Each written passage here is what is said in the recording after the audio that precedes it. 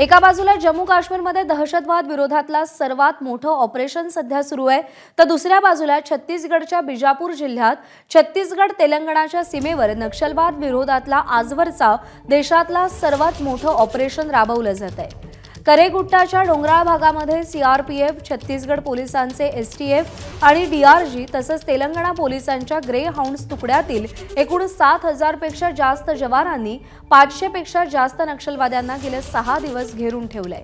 ABP माझाला मिळालेल्या exclusive माहितीप्रमाणे या ठिकाणी सर्वात जास्त धोकादायक मानला जाणारा आणि 6 कोटी रुपयांचं बक्षीस असलेला नक्षल कमांडर माडवी हिडमा नक्षलवाद्यांच्या बटालियन 1 सह घेरला गेलाय। त्याच्यासोबत बटालियन 1 चा कमांडर देवा बरसे सुक्का आणि नक्षलवाद्यांसाठी शस्त्रांसह सर्व आवश्यक वस्तूंची सप्लाय चेन सतत कायम ठेवणारा दामोदर ही सुरक्षा दलांच्या चक्रव्यूहामध्ये अडकलेला आहे। त्यामुळे नक्षलवाद्यांच्या विरोधातील देशातील आजवरच्या सर्वात मोठ्या ऑपरेशनमध्ये सुरक्षा दल यशस्वी ठरलं तर नक्षलवादावर हा देशातील सगळ्यात मोठा आघात ठरणार आहे।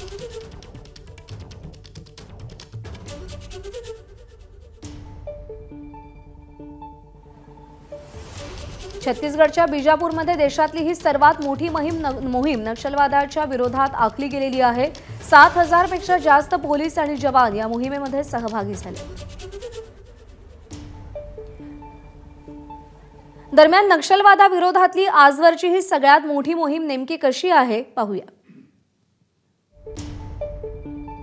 छत्तीसगडमधील बिजापूर जिल्ह्यातील करेगुट्टा डोंगर रांगांमध्ये ही मोहीम सुरू आहे।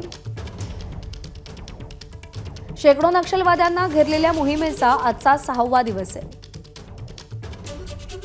145 वर्ग किलोमीटर भागामध्ये करेगुट्टा डोंगर आणि घनदाट जंगल पसरले।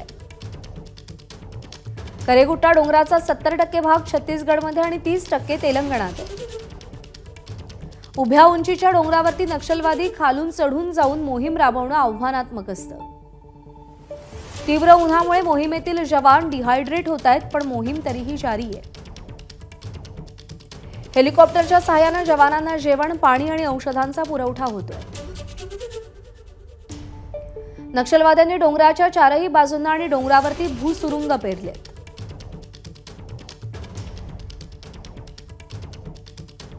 तर जवानांनी कोणाकोणाला घेरलंय? नक्षल्यांचा सर्वाधिक क्रूर आणि धोकादायक नक्षल कमांडर माडवी हिडमा, नक्षलवाद्यांच्या सर्वात घातक बटालियन 1 चा नेता आहे माडवी हिडमा। बटालियन 1 चा कारभार सांभाळणारा देवा बरसे सुक्का, नक्षलवाद्यांना शस्त्रसाठा, रेशन, औषध, संगणक, मोबाईल पुरवणारा दामोदर,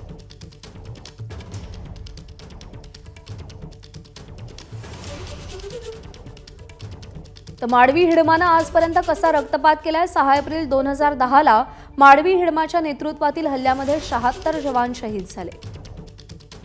2013 ला सुकमामध्ये माडवी हिडमाच्या नेतृत्वातील हल्ल्यात 31 काँग्रेस नेत्यांचा मृत्यू झाला। 2017 मध्ये भेज्जीमध्ये माडवी हिडमाच्या हल्ल्यामध्ये 12 जवान शहीद झाले। 2017 मध्ये बुरकापालमधील माडवी हिडमाच्या हल्ल्यामध्ये 25 पोलीस शहीद झाले। 4 एप्रिल 2021 ला टिकुलगुडामध्ये हिडमाच्या हल्ल्यामध्ये 23 जवान शहीद झाले। माडवी हिडमा सर्वात क्रूर आणि धोकादायक म्हणून त्याच्यावरती 6 कोटींचं बक्षीस आहे।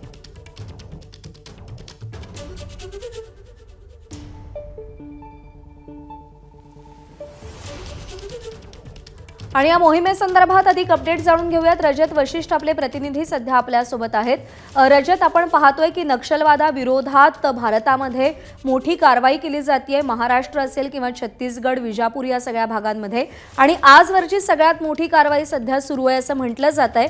काय डिटेल्स आहे त्या कारवाई संदर्भातले?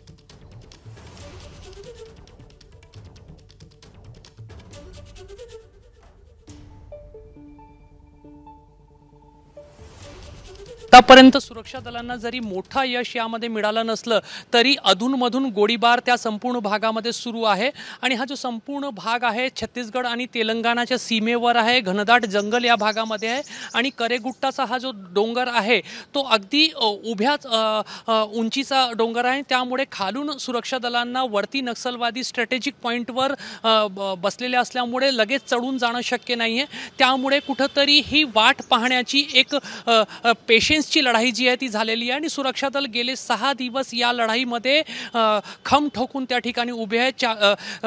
45 डिग्री सेल्सिअस तापमानामुळे सातत्याने जे जवान जे आहेत ते डिहायड्रेट होत आहेत। मात्र हेलिकॉप्टरच्या मदतीने सरकारकडून सातत्याने तिथे औषधी आणि रेशनचा पुरवठा केला जात आहे।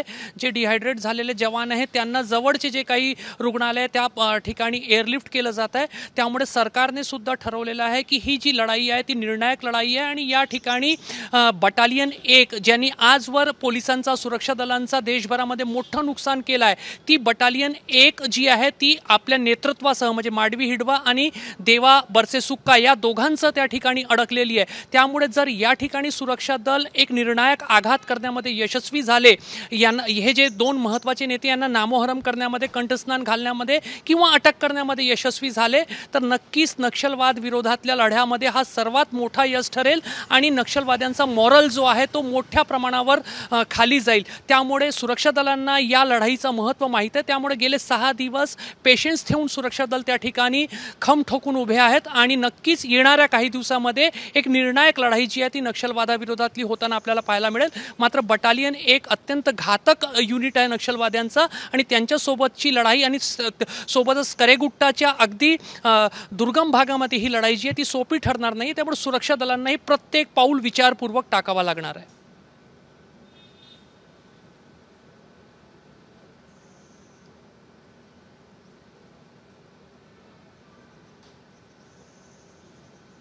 बरोबर आहे रजत, तुम्ही म्हणताय त्याप्रमाणे ही लढाई अजिबातच सोपी नाही, कारण का अनेक आव्हानं या संपूर्ण मोहिमेमध्ये येणार आहेत आणि सगळ्यात महत्त्वाचा मुद्दा आहे तो म्हणजे तिथल्या भौगोलिक स्थितीचा। ज्या डोंगरावरती हे सगळे नक्षलवादी थांबलेले आहेत तिथली भौगोलिक परिस्थिती नेमकी कशी आहे आणि त्यावर मात करत ही मोहीम कशी राबवली जाणार आहे?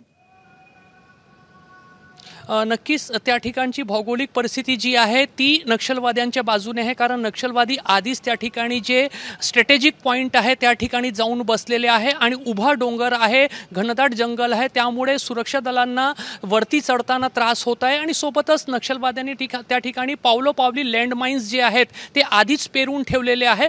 त्यामुळे सुरक्षा दलांना वरतीच एकदम चढून जाणं कठीण आहे। जरी संख्या सुरक्षा दलांची जास्त असली तरी सुरक्षा दलांना कुठलाही धोका होणार नाही। प्रत्येक जवानाचा जीव मोलाचा आहे या दृष्टिकोनातून प्रत्येक पाऊल जो आहे तो विचारपूर्वक टाकला जात आहे आणि सर्वात महत्त्वाचं की वरती जे आहेत दगड मोठ्या प्रमाणावर आहे। जर खालून सुरक्षा दल वरच्या दिशेने जात असतील आणि एखादा मोठा दगड नक्षलवाद्यांनी खाली सोडला तर अनेक जवान त्याच्यामधून जखमी होऊ शकतात। त्यामुळे हळूहळू जो संपूर्ण घेरा जो आहे, विळखा जो आहे तो घट्ट केला जात आहे आणि नक्कीच सुरक्षा दलांनी गेले 6 दिवस ज्या पद्धतीने पेशन्स ठेवलेला आहे, येणाऱ्या काही दिवसांमध्ये एक मोठी बातमी आपल्याला बिजापूरमधून मिळू शकते। जर ही मोहीम पूर्णतः यशस्वी झाली आणि माडवी हिडमा पकडला गेला तर भारतातल्या नक्षलवादाचा कणा मोडला असं आपण म्हणू शकतो का? नक्कीच प्रज्ञा, ही जी बटालियन 1 आहे हीच आजवर सुरक्षा दलांना सर्वात जास्त हादरा देणारी बटालियन किंवा नक्षलवाद्यांचा युनिट ठरलेला आहे आणि माडवी हिडमाच्या नेतृत्वामध्ये गेल्या काही वर्षांमध्ये बटालियन 1ला मोठं नुकसान पोहोचवण्यामध्ये सुरक्षा दल हे यशस्वी ठरले नव्हते। गेल्या वर्षी माडवी हिडमाचा प्रमोशन झाला, तो सेंट्रल कमिटी मेंबर CCM झाला, तरीही त्याच्याच नेतृत्वामध्ये अजूनही बटालियन 1 काम करत आहे। देवा बरसेसुक्का बटालियन 1चा प्रमुख जरी असला तरी हिडमा जंगलातल्या गोरिल्ला वॉरमध्ये अगदी शातीर आणि निष्णांत मानला जातो आणि त्याच्याच नेतृत्वामध्ये या ठिकाणी बटालियन 1 थांबलेलं असताना सुरक्षा दलांनी त्यांना घेरलेलं आहे। त्यामुळे माडवी हिडमा आणि देवा बरसेसुक्का हे 2 नाव जरी असले तरी संपूर्ण बटालियन 1 किंवा बहुतांशी त्यांचा भाग जो आहे तो त्या ठिकाणी घेरला गेला आहे आणि जेव्हा बटालियन 1ला सुरक्षा दलांनी घेरलाय तर नक्कीच नक्षलवादाविरोधातला हा लढा जो आहे तो निर्णायक मानला गेला पाहिजे। निश्चित रजत, धन्यवाद दिलेल्या या सगळ्या सविस्तर माहितीसाठी। एबीपी माझा, उघडा डोळे बघा नीट।